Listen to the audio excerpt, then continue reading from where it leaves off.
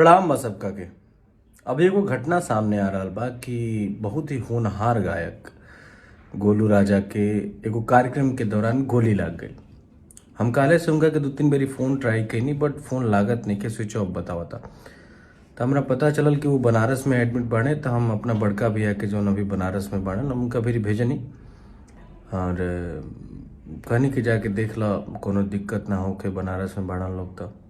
तो बड़का भैया गइल भी रहन, उ अभी उनका हालत में सुधार बा, उ ठीक बाड़न।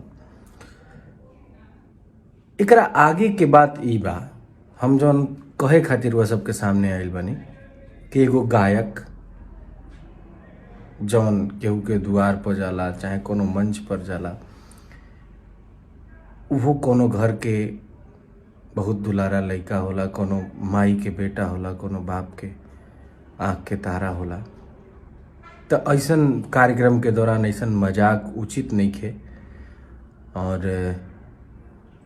ई सब बहुत गलत बात बा कि कार्यक्रम केहू गावता, केहू कौनो कलाकार होखे या वो गायक होखे या डांसर होखे, केहू के भी जिंदगी के साथ ऐसे खिलवाड़ ना होखे के चाही।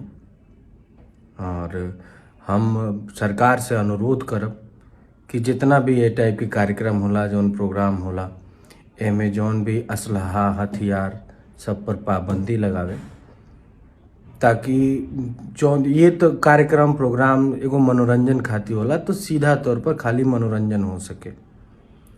ये सब उचित नहीं है केहू के भी जिंदगी के साथ ही खिलवाड़ कई। अभी तो जांच के विषय बा कि वो गोली संजोग बस लाग गई या फिर जानबूझ के मारल गई। लेकिन अगर ये जड़ के ही ख़त्म कर देवल जाओ कि कार्यक्रम में प्रोग्राम में असलहा हथियार अलाउ ही ना कल जाओ, तो इन सब चीज़ों से निजात मिल सकेला। तो आगे से इस सब बात के ध्यान रखे के होई और हम सरकार से गुजारिश करब, उत्तर प्रदेश सरकार, बिहार सरकार, कहीं से भी जहाँ पे कुल कार्यक्रम होता या फिर एक ऐसा कार्यक्रम के अनुमति लेवे खातिर जे भी जिलाधिकारी के पास जाए, तो जिलाधिकारी महोदय से ये निवेदन बा कि वहाँ के ये क्लियर कर ली कि रुआ प्रोग्राम में असलहा के ना यूज होई, वो जाके वो असलहा लेके ना जाई। तो ये बहुत उचित रही, काहे से कि मनोरंजन खातिर प्रोग्राम होला और सिर्फ और सिर्फ फिर मनोरंजन हुई।